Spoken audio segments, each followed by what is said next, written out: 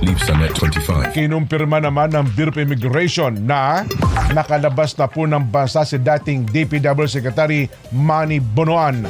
Sa impormasyon mula kay Dana Sandoval, tagapagsalita po ng BI, umalis ng bansa si Bonoan kahapon. Nako. Papunta ng Estados Unidos via Taiwan. Nako, si Bonoan po ay sakop ng Immigration Lookout Bulletin.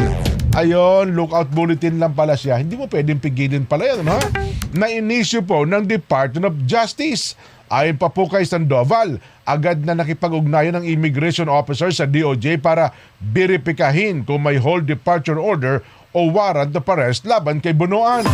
Kabilang po siya sa inirekomenda ng Independent Commission for Infrastructure na mareklamo kaugnay sa maanumalyang flood control projects.